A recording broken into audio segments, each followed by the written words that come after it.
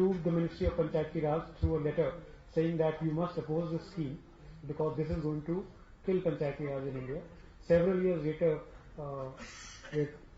Sudha is no longer in service. He confessed that I was right, and more damage has been done by CSC scheme to Panchayati Raj than anything else.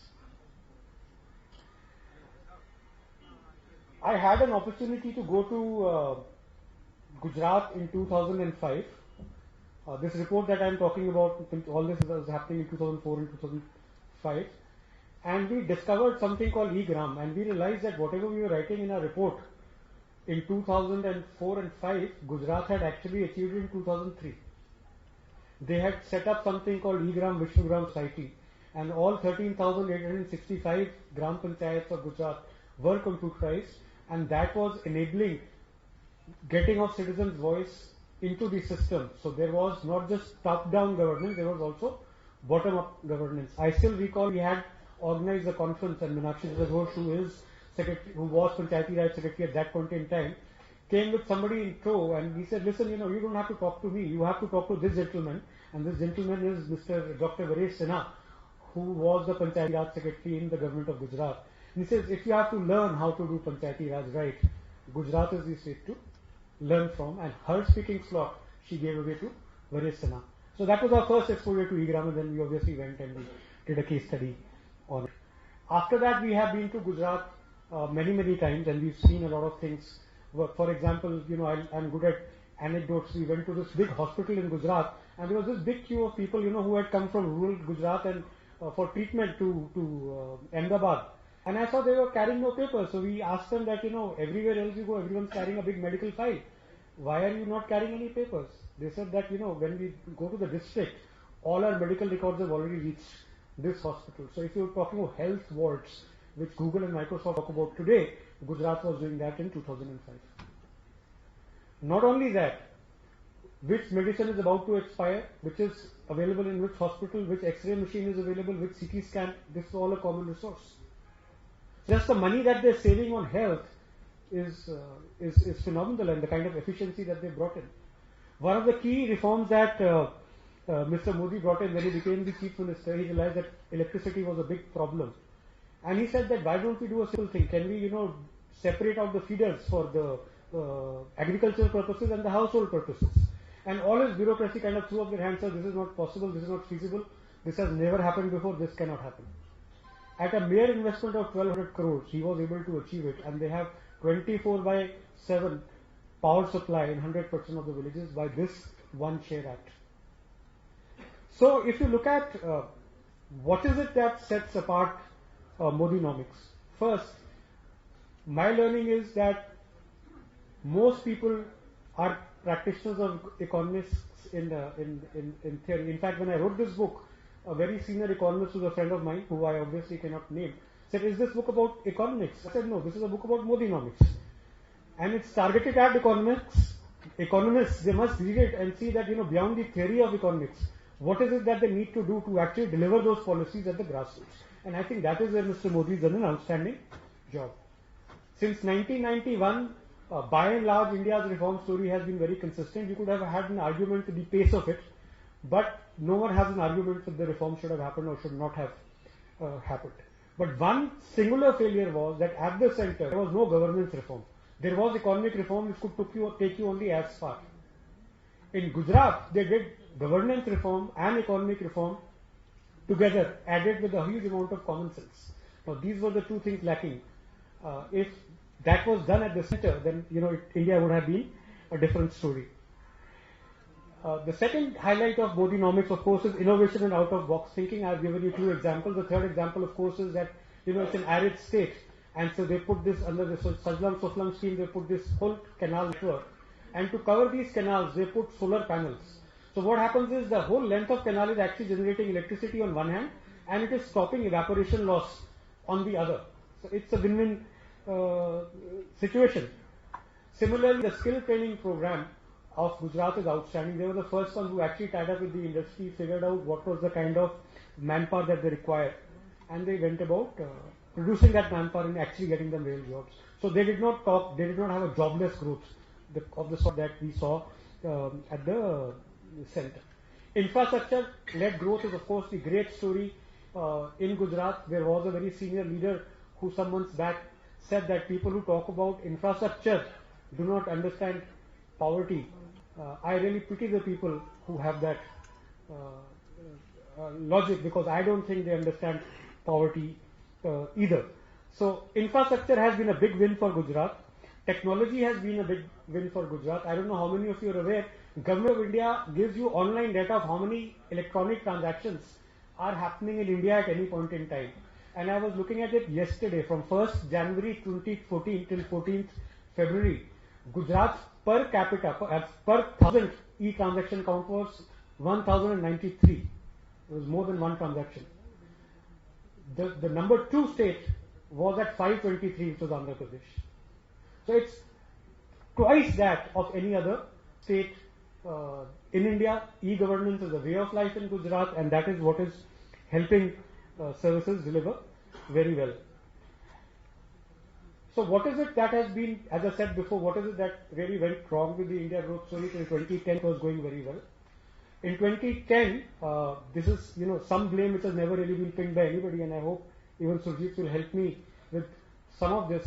One is that our economic policy got driven by the Environment Ministry rather than the Economic Ministry. We had Jairam Ramesh as the Environment Minister, who unfortunately has a very romanticized version of both poverty and communism as his guiding philosophy. I don't think he's ever been to a village or he's practiced poverty. He became the biggest stumbling block for environmental clearances. The supply chain came to a halt, power production came to a halt, industry was in a big mess. So poor Jayanti Natarajan got shifted, but it was doing she was simply doing what Jairam Ramesh started, but somehow he went scot-free on that. He was even a bigger disaster as the Rural Development Minister.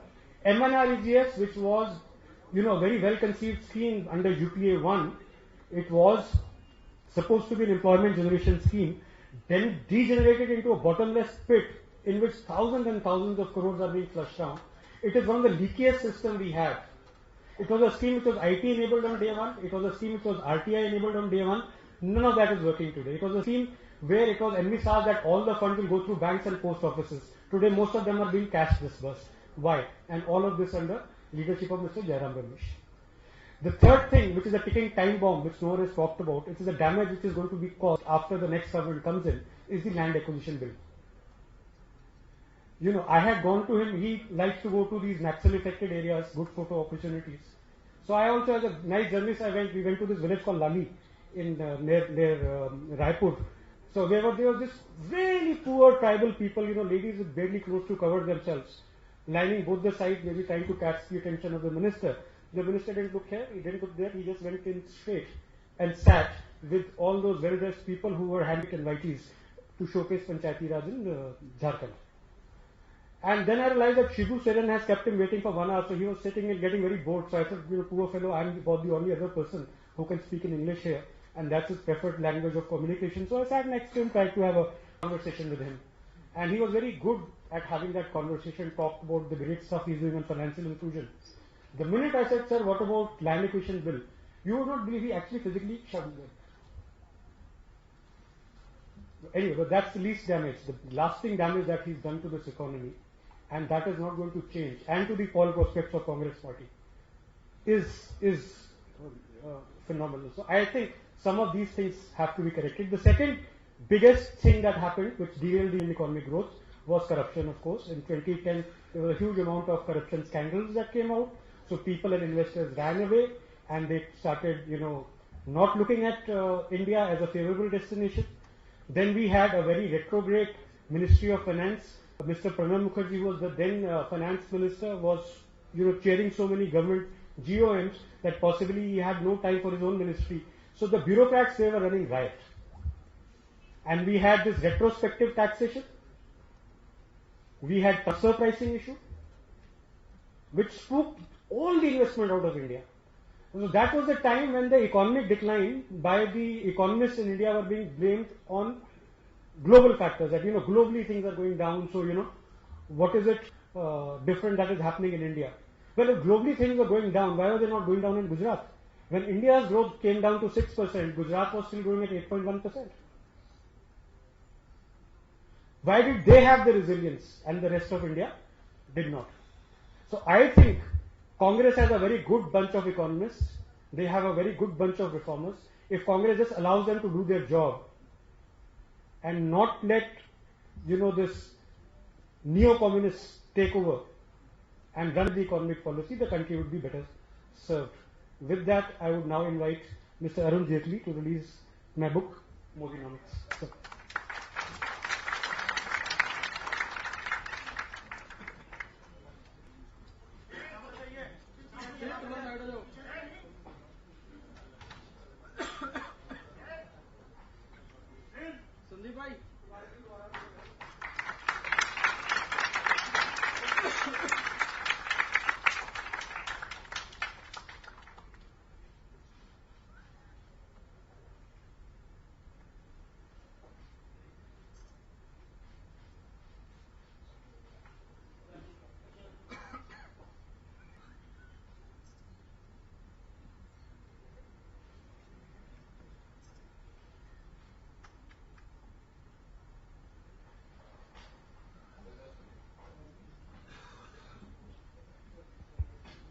Thank you very much. May I now invite Mr. Jaitley to say a few words on his impressions of Modinomics.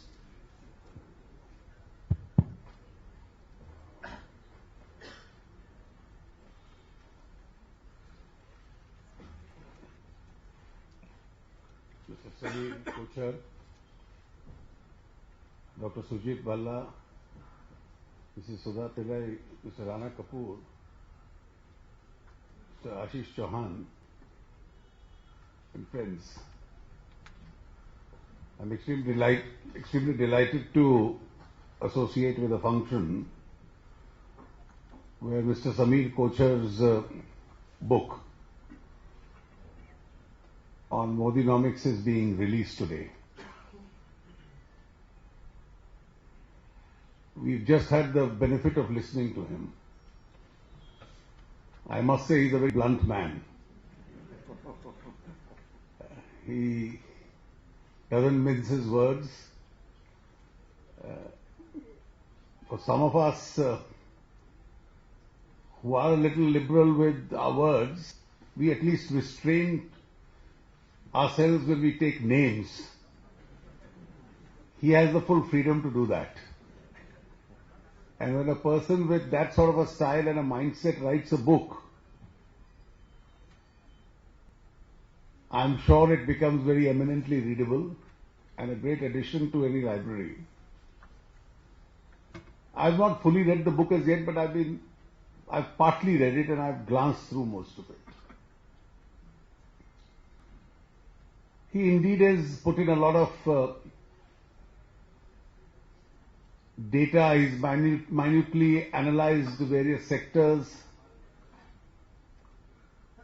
and thereafter commented on them.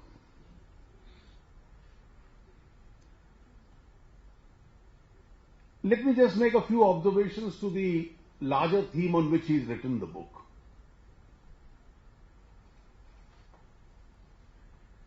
A few days ago,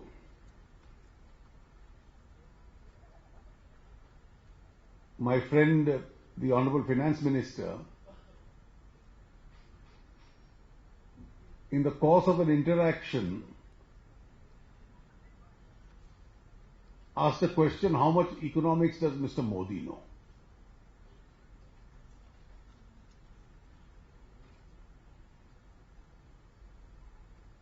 I quite understand his obsession about Mr. Modi or Gujarat. I responded the next day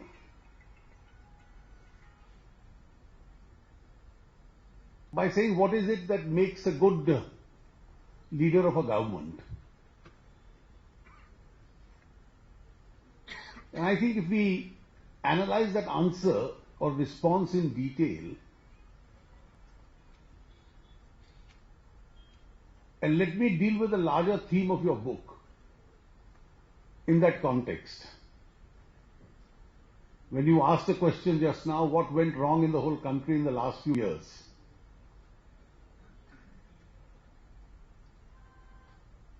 I formed a clear view that India cannot afford a non-politician as a Prime Minister. However attractive that initial suggestion of having an expert on a subject, a kind of a CEO to run a government, in effect, the world's largest democracy can't be run by chief executive officers. Companies can be run. And politicians are eventually known not by the number of years that they spend in office, but they are known by the footprints that they leave behind.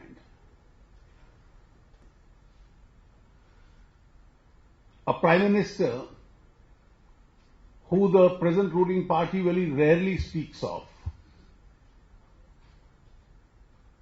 Shri Lal Bahadur Shastri was the Prime Minister for only 1.5 years. But when he speaks in terms of political credibility, for those who recollect that period or historians who write about that period, will certainly remember the kind of footprints that he left behind. You mentioned the post-91 reforms. I am one of those who feel that for some reason, our recent history has not been very kind to Mr. Narasimha Rao.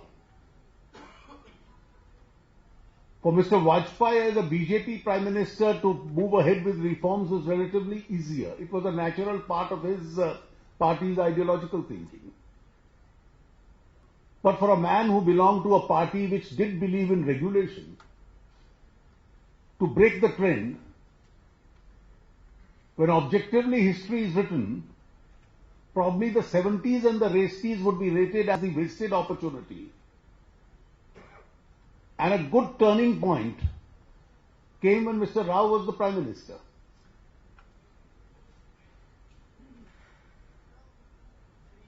And my experience of the last few years tells me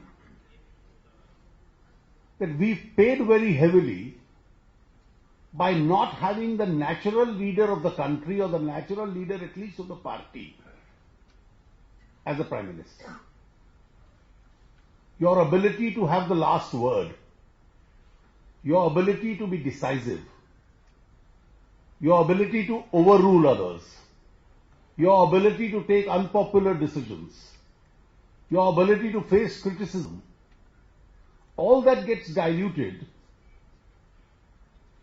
if in the normal course you are not a practitioner of politics. And one reason, if I go from that to the next step,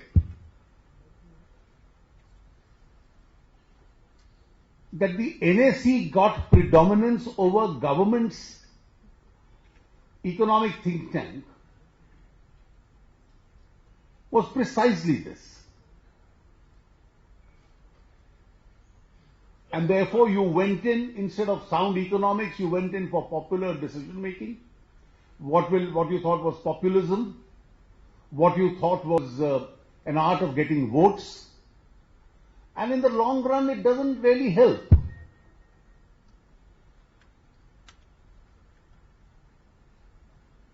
I think indecision, at one stage you had 7 lakh crore of projects pending clearances.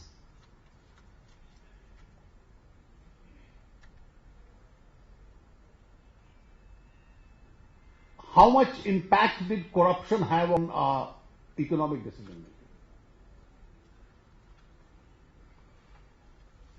Supposing in the December of 2007, when everybody was writing to the Prime Minister and saying the 2G allocation is not being fairly made, there's nepotism, the pricing policy is all skewed up, and the Prime Minister had said, well, I'll stop it here and now.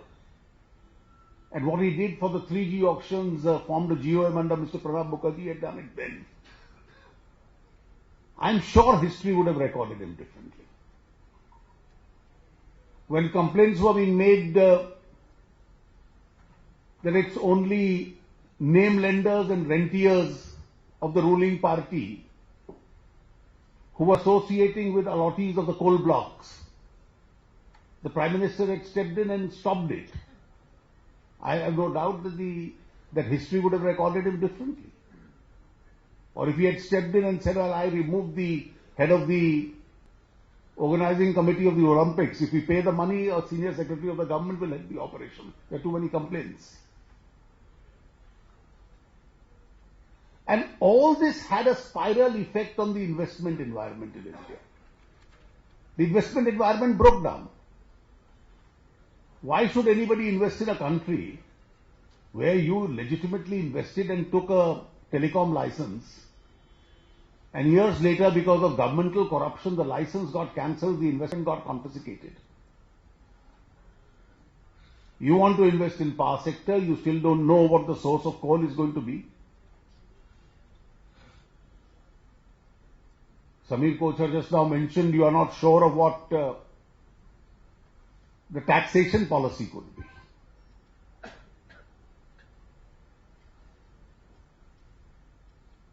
Do you create new liabilities in this manner? And one factor, when I look back the last few years, I almost realized that there was a complete breakdown because of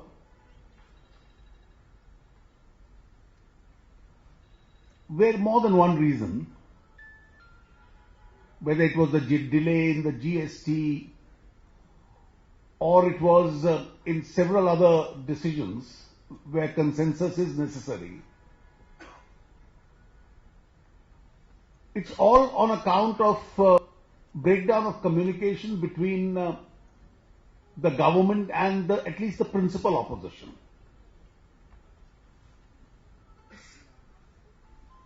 Now, in contradisting to this,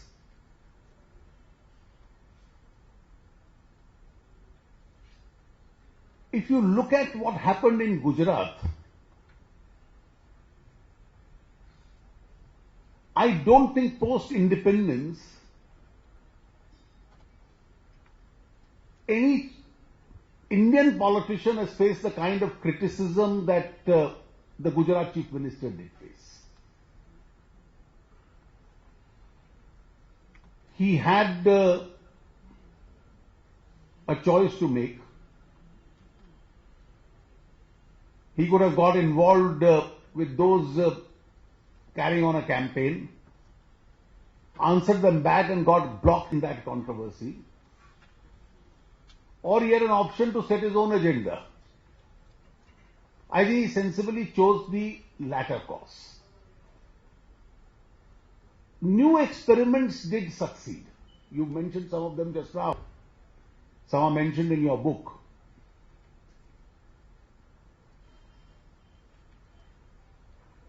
Look at the kind of huge opposition the Narmada project had. The Supreme Court stalled the project. Its cost went up by thousands of crores.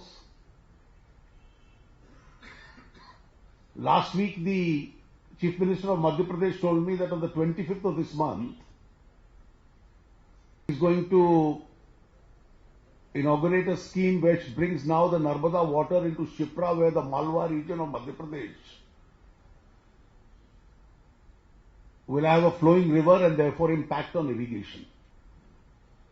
Now, two states, I am not going on to the power sector impact of that project in Madhya Pradesh particularly, but from a state where there was water scarcity. Saurashtra did not even have drinking water. You now have an agriculture growth which is consistently double digit. Madhya Pradesh, for the second or the third year running, has got the award, been awarded for the highest agricultural production. Today it's way ahead of Punjab. And that's the turnaround story that's had a lot of impact. So everybody who tried to stall the project, the Supreme Court stalled it by a few years, otherwise you went ahead. So your agriculture is double digit. Fortunately, you had the traditional advantage of the of the white revolution in relation to milk. The rural economy became stronger. You had the advantage of having a very large coastline. You developed ports all along the coast. So this has also created a lot of employment opportunities amongst the fishermen communities, which otherwise traditionally relied only on their traditional preoccupations. So there's a lot of economic activity along the innumerable number of ports, mostly private sector now, along the coast. And I think with agriculture improving, the milk revolution there, the ports doing well, the manufacturing sector really changed the face of the state.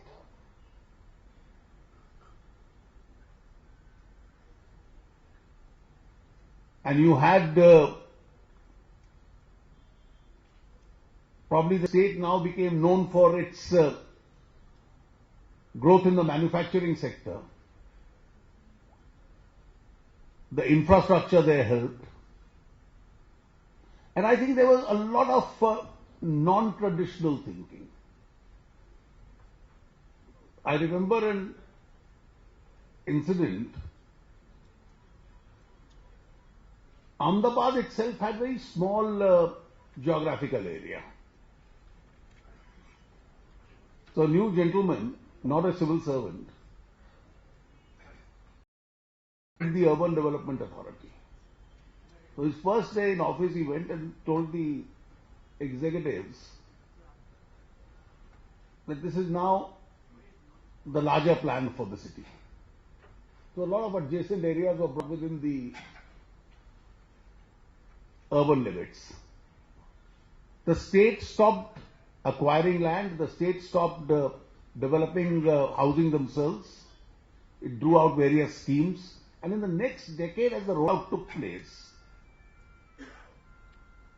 I found out that good quality urban housing was available at half or one-third the price at which it would be available in any other part of India. Even today, it's not exorbitant. And one of the reasons was, instead of shrinking the land availability, you expanded the land availability. And the state the state administration really concentrated on the large highways and the interior roads and the zoning, and charged the people who were developing land a particular premium for the state for doing all this. And the growth was much faster.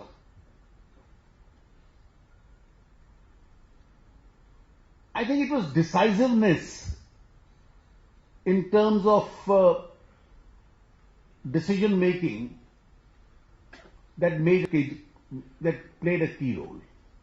And this decisiveness, I think, was not merely political. The state civil service and the bureaucracy also tuned themselves to this change culture. And therefore, investors found that the environment there was far more hospitable. As a result of which, you had investors directing themselves to that particular state.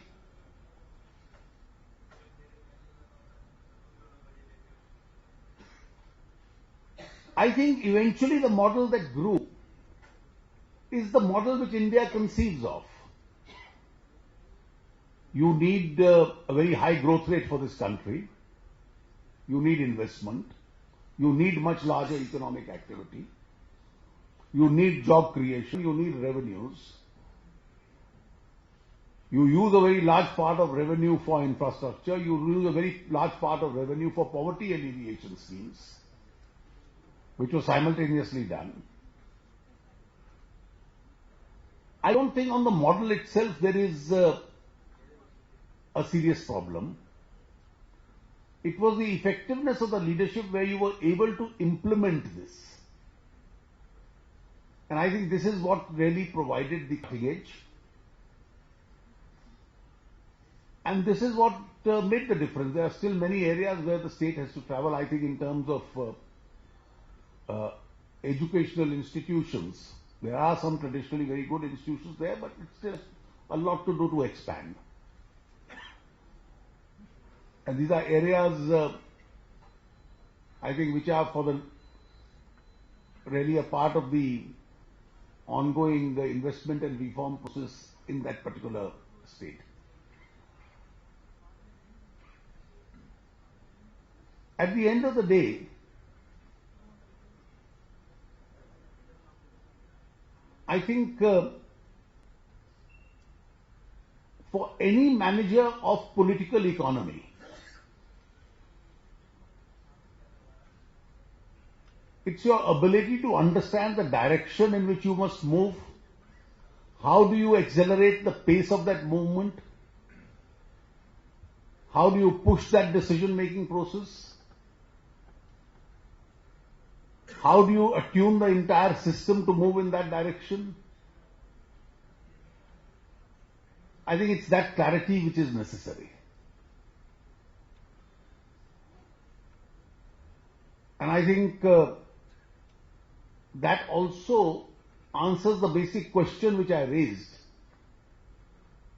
when I mentioned 1991 and Mr. Narasimha Rao or Gujarat and Mr. Modi and compared it with the example of what's happened in the last few years in New Delhi.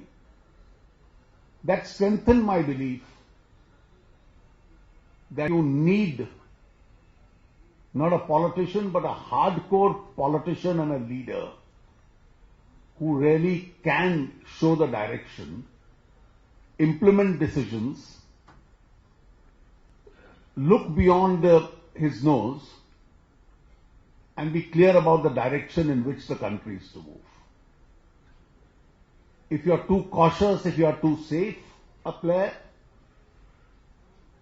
then you run the risk of at best becoming a footnote. And that's how history probably will record you. And I think if you read, I've so far only glanced through some of your chapters, if you read them in detail, this is probably the message that you get back home. Thank you.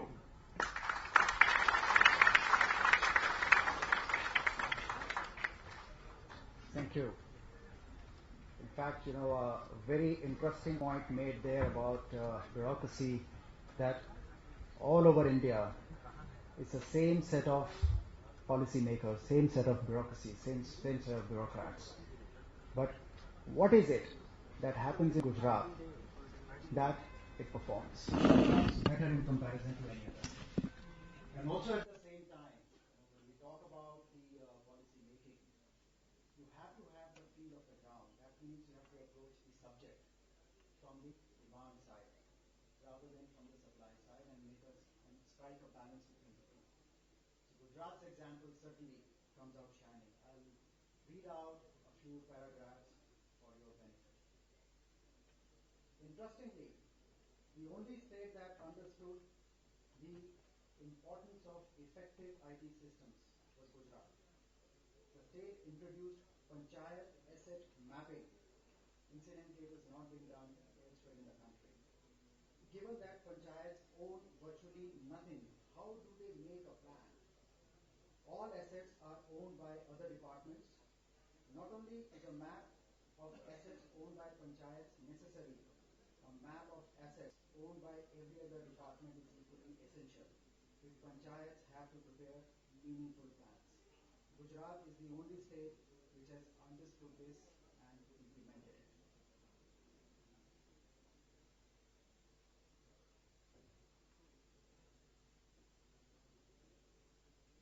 A few more lines on this. Modinomics eschews isms. Modi feels that neither the Soviet-style socialist path nor the free market Western capitalist economy is the answer for India. He is of the firm view that India must craft a unique blend of its own socio-economic policies that would leverage the nation's unique strengths and catapult it center stage of the global economy. It is this philosophy that is reflected in his inclusive mantra in all aspects of development. I take this opportunity to invite